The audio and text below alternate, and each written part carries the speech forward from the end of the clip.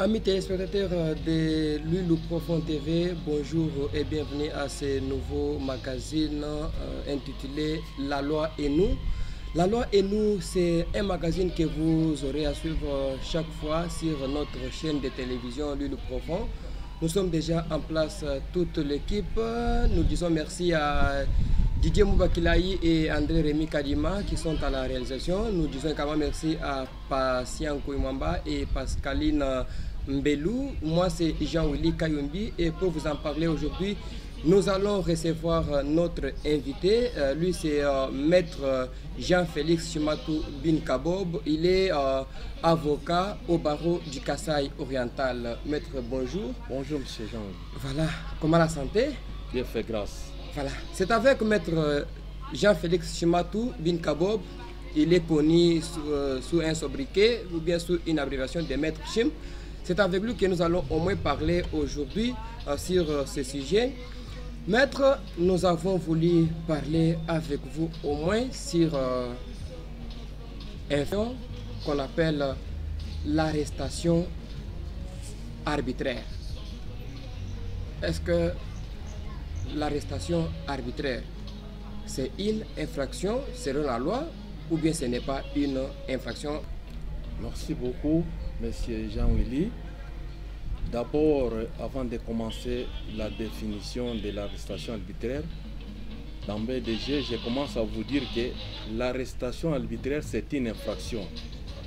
Cette infraction est prévue par le Code pénal à son article 67. Donc c'est une infraction qui est déjà prévue par la loi. Et quand vous lisez le Code pénal de notre pays, livre 2, article 67, le législateur lui-même a défini la prévention de l'arrestation arbitraire. C'est vrai que vous avez choisi un bon sujet. Nous avons constaté dans ce dernier temps, dans notre territoire de l'Huile, dans l'Huile Profond, tel que vous l'avez baptisé, il y a des arrestations arbitraires qui se commettent du jour au jour, partout dans nos villages, dans notre même chef-lieu. Il y en a du jour au jour. Et c'est vrai que quand j'ai fait mes investigations personnelles, j'ai eu à constater que c'est par rapport à l'ignorance de la loi, c'est par rapport à la manque de formation des animateurs de la justice que nous avons, notamment les OPJ qu'on a ici, notamment les agents de l'ANER, les OPJ à compétences restreintes. Il y a des gens qui ont acquis la qualité sans passer par la formation. Mais quelqu'un qui a donné une chèvre, quelqu'un qui a donné une poule, il s'appelle aujourd'hui OPJ. Il a cette qualité, il commence à instruire les dossiers judiciaires et pour lui, il confond les faits pénaux et les faits civils. C'est quand il confond les faits pénaux aux faits civils, il commence à instruire un dossier civil, il procède à l'arrestation d'un innocent, quelqu'un peut-être qui est poursuivi pour une dette, qui n'a pas payé à l'échéance prévue, on l'arrête, on tombe dans l'arrestation arbitraire. Quand on parle de l'arrestation arbitraire, c'est toute arrestation opérée dans l'irrégularité, qui ne se justifie pas dans la loi. Parce que la loi, avant d'arrêter ou de sanctionner, la loi avertit. Maintenant, toute arrestation opérée en dehors de la loi tombe dans le coup de l'arrestation arbitraire. L'arrestation arbitraire elle-même, c'est quoi? C'est le fait de se saisir d'une personne, de la préhender au corps, de l'empêcher de continuer sa route, de la priver physiquement de sa faculté d'aller et de revenir à son gré. C'est ce qu'on appelle arrestation arbitraire. Le fait, sans consentement d'une personne, vous l'entraînez, vous le faites déplacer d'un lieu où il était, vous l'amenez à un autre lieu. Donc vous tombez dans l'arrestation arbitraire. Et la loi est plus loin. La loi est plus vaste. Vous ne pouvez pas seulement dire que non, l'arrestation arbitraire doit s'opérer seulement dans un cachot, à la prison, non, partout, que ce soit à l'hôtel, que ce soit dans une maison privée, dans un restaurant. Le fait que vous privez une personne, ce mouvement de va et venir dans une maison quelconque, sans son consentement, vous tombez dans l'arrestation arbitraire. C'est ça, l'arrestation arbitraire. Merci beaucoup, Maître Jean-Félix Chimatou. Nous rappelons à nos téléspectateurs que vous êtes avocat au barreau du Kasaï oriental. Et une fois que la personne est tombée dans cette infraction, d'abord, que peut faire la personne arrêtée arbitrairement? Oui, ce qu'il est vrai que... Et comment sera-t-elle qu'elle est arrêtée arbitrairement? Le droit est droit, c'est quand on sait le revendiquer. Il est vrai qu'aujourd'hui, avant qu'une personne réponde à la justice, on doit lui donner un document. Notamment, la personne, s'il se voit, on lui amène une invitation, une convocation, et on l'amène Namu Miltani. Et il est accompagné par les militaires, c'est une arrestation arbitraire. Parce que aujourd'hui, il y a des pratiques telles que, surtout à la police, on vous amène une convocation, on dit des réceptions. Pour les policiers non formés, ils estiment que ça devient un mandat d'amener. La personne peut croire qu'il est arrêté que quand il y a l'agent de l'ordre est accompagné d'un mandat d'amener. Mais s'il vient avec un mandat de comparution, une invitation, c'est un document qu'on vous laisse que vous-même vous pouvez aller répondre. Et puis d'aider. Quel que soit, il y a des infractions, même s'il y a une infraction, mais il y a des infractions punissables moins de 6 ans. Quels que soient les faits, on ne peut pas arrêter quelqu'un pour ça. La loi même a déjà prévu. Et quand est-ce qu'on peut même procéder à l'arrestation? La personne peut venir comparaître. On connaît ses identités. On connaît son adresse. Il n'y a pas de faits graves. Il n'y a pas la crainte de sa fuite. Sa fuite n'est pas à craindre. On ne peut pas l'arrêter. On ne peut pas lui rester dans la détention. On peut le libérer, aller à la maison et revenir. Mais dès lors que la personne a ses identités, il n'y a pas de faits graves, et on procède à l'arrestation, comme ça devient une monnaie courante dans notre milieu, ça, on tombe dans l'arrestation arbitraire. Parce que la loi a déjà prévu les conditions de procéder à l'arrestation d'une personne. Ce n'est pas parce qu'on a déposé plainte devant un OPJ, devant un magistrat, et au même moment là, il doit arrêter. Il y a un principe en droit, on dit donne-moi les faits, je te dirai le droit. Le magistrat, l'OPJ, c'est censé les gens qui ont les notions du droit. Quand quelqu'un amène un fait, un plaignant qui dépose sa plainte, il ne connaît pas les droits. C'est à celui qu'on donne le fait qui va apprécier l'opportunité. Est-ce qu'ici on peut arrêter ou on ne peut pas arrêter? Et quand on commence à arrêter pour satisfaire un plaignant, ça, on tombe dans l'arrestation arbitraire. Prenons l'hypothèse, quelqu'un qui vient, il revendique une créance. Il dit non, son monsieur a emprunté mon argent pour payer dans une semaine ou 2 semaines. Et voilà qu'aujourd'hui, ça fait pratiquement 1 mois, il n'a pas payé. Est-ce qu'il faut l'arrêter? C'est un fait civil.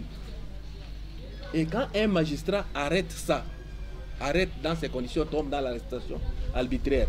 Un OPJ arrête quelqu'un pour une dette, c'est une arrestation arbitraire. Parce que les OPJ pensent que le retard dans l'exécution d'une obligation, le retard dans le paiement d'une dette, c'est une infraction d'abus de confiance pour les OPJ qui n'ont pas suivi une bonne formation.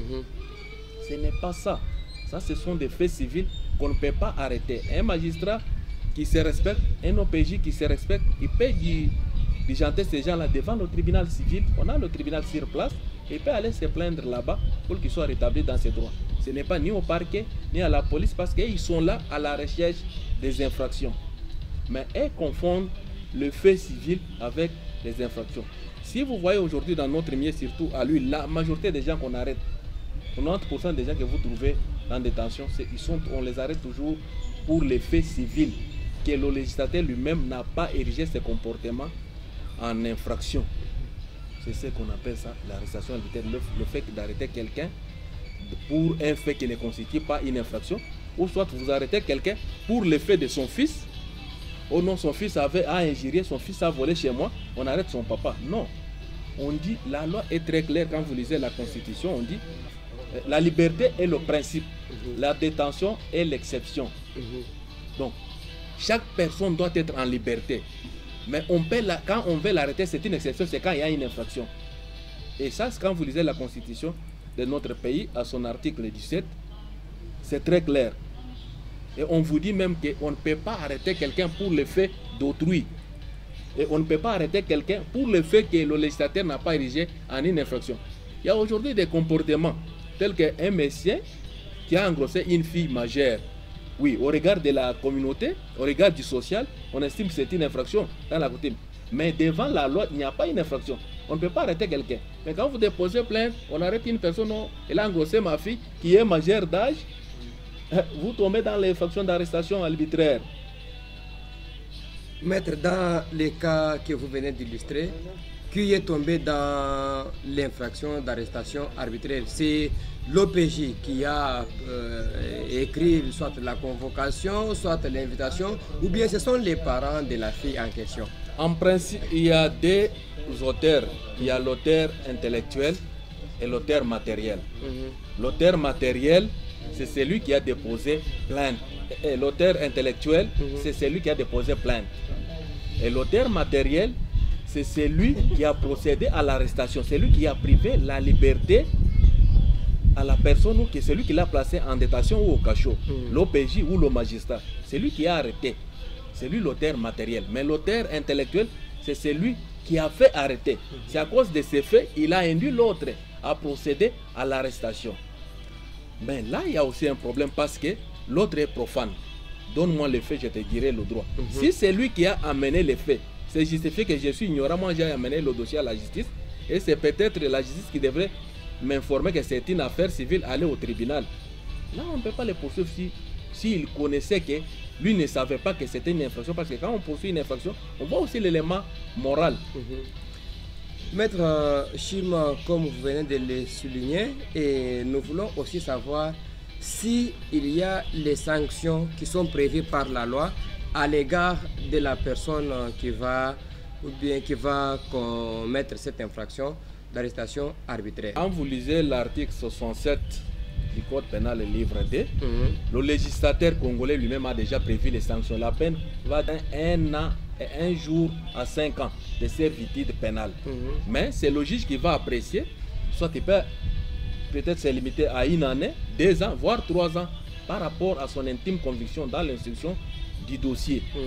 Mais vous voyez aujourd'hui qu'il y a des faits, mais si on estime un messier qui est bien formé, qui connaît bien que ça, ce sont des faits civils, il n'y a pas une infraction, mais il arrête peut-être pour besoin d'avoir l'argent, parce qu'aujourd'hui, quand quelqu'un dépose plainte, la première condition, on met la main sur lui et on attend la liberté provisoire, parce que la liberté provisoire, ça se paye.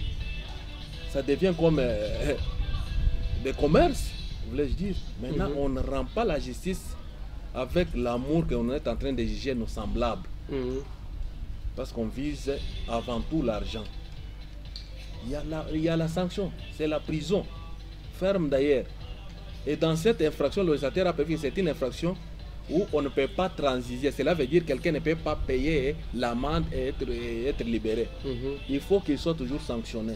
Voilà. Par la loi. Et la loi, on te défère devant le tribunal. Le tribunal va te juger et te condamner. C'est le juge qui va apprécier le nombre d'années que vous allez purger dans la prison. La victime d'une arrestation arbitraire, lorsqu'elle va découvrir réellement qu'elle a été arrêtée arbitrairement, peut-elle se prendre ou mettre? Oui, c'est vrai. La victime d'une infraction d'arrestation, d'une arrestation arbitraire, a le droit de se plaindre, parce que nous disons ici chez nous que le droit est droit, c'est quand on sait le revendiquer. Si celui qui a opéré c'est un civil, il y a la justice civile. Si c'est un militaire, un policier, il peut saisir l'auditorat militaire. Si c'est un APJ, un justiciable de juridiction civile, il peut saisir le tribunal, soit il peut saisir le parquet. Et le parquet peut instruire le dossier et le fixer au tribunal lui-même, soit il peut aller directement au tribunal par citation directe, déposer, saisir le juge, et on va notifier à celui qui a opéré à l'arrestation. Si c'est un militaire, là il va procéder à saisir la justice militaire. Nous avons le parquet militaire, l'auditorat est là. Il peut aller à l'auditorat, déposer sa plainte. Et s'il ne dépose pas sa plainte, vous voyez que c'est là où nous allons dire non, dans notre pays, il y a des arrestations arbitraires, mais dès lors que les victimes ne saisissent pas des instances judiciaires pour qu'elles soient rétablies dans leurs droits, c'est pourquoi ces pratiques ne se seront pas dans notre pays, et en particulier dans notre territoire de l'île. Maître Jean-Félix Chimatou Kabobo, nous sommes en train de jeter déjà vers la fin de notre émission. Et est-ce qu'il y a au moins possibilité de réparer cette infraction? Oui, il est vrai que si quelqu'un qui estime bien qu'il a procédé à l'arrestation avant peut-être que la victime saisit la juridiction, il peut faire un arrangement à l'amiable. Parce que nous disons, vaut mieux un mauvais arrangement qu'un bon procès. Pourquoi? Parce qu'il peut voir, mais il faut savoir que les repentis actifs n'effacent pas le caractère infractionnel. Même s'il est réparé à l'amiable, mais l'infraction est déjà consommée. Là, si le ministère public est informé, il peut même se saisir d'office, continuer avec le dossier et faire condamner l'auteur, à l'insu même de la victime. Mais s'il s'arrangeait que la victime ne saisisse pas la justice, bon, les faits peuvent rester aussi comme ça. Et ça, ils ont trouvé un compromis entre eux-mêmes. Et si celui accepte de rétablir l'autre dans ses droits, et on peut réparer ça à l'amiable. Mais il ne faut pas dire que la réparation à l'amiable efface la peine ou efface les poursuites ou les pouvoirs du ministère public. Non, à tout moment, on peut toujours poursuivre l'auteur, même sans la victime, et sollicitant sa condamnation, parce que c'est l'ordre public qui est troublé. Parce que vous devez savoir que quand il y a une infraction qui est consommée, l'infraction ne concerne pas seulement la victime, mais même le public. C'est pourquoi le législateur congolais n'a pas défini une infraction. Mais ce sont des doctrinaires. On dit que c'est tout comportement ou attitude que la loi punit par une peine ou une sanction. Et maintenant, quand vous lisez les professeurs ou la doctrine comme le procureur Hans Leclerc belge, il vous dit c'est l'action ou l'inaction que la loi punit par une peine. Donc quand il y a une infraction, attendez-vous que c'est l'ordre public qui est troublé. C'est l'affaire de l'État. C'est lui qui était victime là. Lui est là que pour ses intérêts civils. Ce n'est pas pour rien, même nous les avocats, nous sommes devant la barre. Nous plaidons les causes pour nos clients, surtout pour l'intérêt civil. C'est lui qui sollicite la condamnation, c'est le ministère public. Ou vous sollicitez devant le tribunal ou devant le juge que votre client soit dédommagé pour les préjudices qu'il a subis. Maintenant, vous verrez le ministère public solliciter 15 ans, solliciter 5 ans, 8 ans. C'est parce que c'est l'ordre public. Pourquoi? Parce que quand ce monsieur-là est condamné, c'est aussi une leçon qu'on est en train de donner dans la population. Quand quelqu'un va voir, celui-là a arrêté une personne, évidemment, on l'a condamné à 3 ans. Alors désormais, moi, je ne peux pas faire ça. C'est là aussi, il a fait ça. Voilà, il a gâché son boulot. Moi aussi, quand même, je ne peux pas faire ça comme il y a certains directeurs, certains préfets. Il peut considérer les enseignants. Il dit non, comme tu as fait ça, il le renferme dans son bureau, il pense qu'il est aussi organe de la justice. C'est peut-être ça aussi. C'est pourquoi quand on fait ça, même la population aussi est éduquée. Parce que même les audiences ont un caractère pédagogique. C'est ce que je voulais dire. Voilà. Maître, avant de vous relaxer ou bien avant de vous libérer, nous vous demandons au moins si vous avez un message particulier à lancer à toute la communauté qui nous suit en ce moment à travers cette chaîne de l'Île Profond TV et aussi à l'endroit de certains éléments des forces de l'ordre. Merci beaucoup, M. Jean-Willy. Ce que je donne comme message d'abord, c'est aux éléments des forces de l'ordre d'abord. Je demande que les OPJ doivent se former. Ceux qui n'ont pas suivi la formation, ils doivent tout faire pour suivre la formation parce que du jour au jour, ils procèdent à l'arrestation arbitraire. Il y a des arbitraires dans l'instruction de leur dossier. Il y a beaucoup des actes de barbares. Alors, ils doivent se former. Ils doivent s'outiller parce qu'aujourd'hui, chaque jour ici, il y a beaucoup de lois. Et notre législateur est en train de légiférer du jour au jour. Il y a aussi certains comportements peut-être aujourd'hui avec l'évolution de la science et du droit qui ne sont pas encore considérés comme des infractions. Et peut-être quelqu'un qui continue à garder peut-être le code pénal de l'époque coloniale pendant qu'on a déjà des innovations. Ils doivent se former, ils doivent avoir des bagages, ils doivent avoir des documents pour lire, pour ne pas tomber dans ces actes. Je demande aussi à leurs collaborateurs, quand on vous envoie dans une mission d'arrestation, il faut toujours demander les documents. Il ne faut pas aller accepter, même si c'est votre chef qui donne, allez arrêter tel. Parce qu'on dit, l'ordre mal donné, on ne l'exécute pas. Il ne faut pas aller arrêter quelqu'un sans un document. Quand vous arrêtez quelqu'un, même s'il y a de faits pénaux, sans document, vous tombez dans l'arrestation arbitraire. Alors, avant d'aller arrêter tel autre, donnez-nous les documents. Et ils sont couverts par ces documents-là. Et quand ils arrêtent directement, ils doivent conduire l'inculpé ou la personne qu'on a arrêtée devant l'autorité compétente, soit au parquet, soit à l'amico, directement. S'il traîne, il l'amène là où il a arrêté, il l'amène chez lui, il le garde un peu quelque part, il commet aussi l'infraction de la détention préventive. Parce que c'est lui qui peut garder un individu ou un prévenu ou un suspect, ce n'est que soit le directeur de la prison, soit le commandant de poste si c'est à l'amico. Mais il n'est pas chez vous à la maison, venez, vous le gardez d'abord quelque part, nous allons l'amener seulement vers le soir. Là, il tombe aussi dans une autre arrestation. Une autre infraction qui est d'ailleurs définie par la même loi. L'article 67, la part de l'arrestation arbitraire et la détention illégale. Donc une détention qui ne se justifie pas dans la loi. Alors c'est ce que nous avons dit, alors il doit l'amener directement. Et à la population de l'huile, je leur demande que tout celui qui est arrêté arbitrairement, il doit quand même saisir la justice pour décourager ces pratiques. S'ils ne saisissent pas la justice, ces pratiques vont continuer. Et vous allez dire dans ce pays, il n'y a pas la justice. Les droits et droits, c'est quand on sait le revendiquer. Il y a des pratiques telles qu'ici chez nous, quelqu'un est arrêté arbitrairement, vous demandez non, vous devez revendiquer votre droit. Il te dit en langue non, oh non, je ne vais pas seulement prendre le sang d'autrui. Et maintenant voilà, et vous refusez, l'autre aussi il refuse, donc je ne vais pas prendre le sang d'autrui. Cette pratique-là est en train de s'ériger à un comportement normal. Maintenant pour les animateurs de la justice, ils pensent que c'est un comportement normal. Même un magistrat du parquet, si vous arrêtez arbitrairement, déposez la plainte contre lui. Nul n'est au-dessus de la loi. Qu'on soit procureur de la République, qu'on soit qui, c'est pas pour vous voyez quelqu'un, il était président de la République, demain on commence à l'interpeller. Vous avez vu les ministres, les premiers ministres défiler devant la barre. C'est pour vous dire que nul n'est au-dessus de la loi. Que vous soyez directeur du cabinet du chef de l'État, quoi, vous allez comparaître. Oui, vous soyez acquitté. Ok, est-il que vous êtes passé par la justice? Vous avez répondu. C'est ce qui justifie que nul n'est au-dessus de la loi. La population ne peut pas penser que tous ces gens qui sont des OPJ, des capitaines, des majors, des colonels, ils sont au-dessus de la loi, on ne peut pas les arrêter. Non. Ou les magistrats. Non.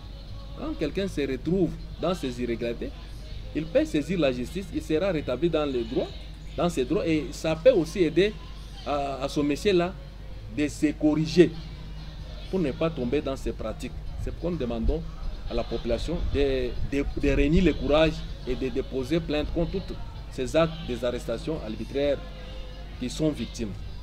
Voilà, mesdames et messieurs, amis téléspectateurs de la L'Huile Profond TV, nous sommes de cœur avec vous. Nous voici arrivés à la fin de cet entretien. Nous avions réussi pour vous, maître Jean-Félix Chimatou Bin Kabob. Nous vous rappelons qu'il est avocat au barreau du Kasaï oriental.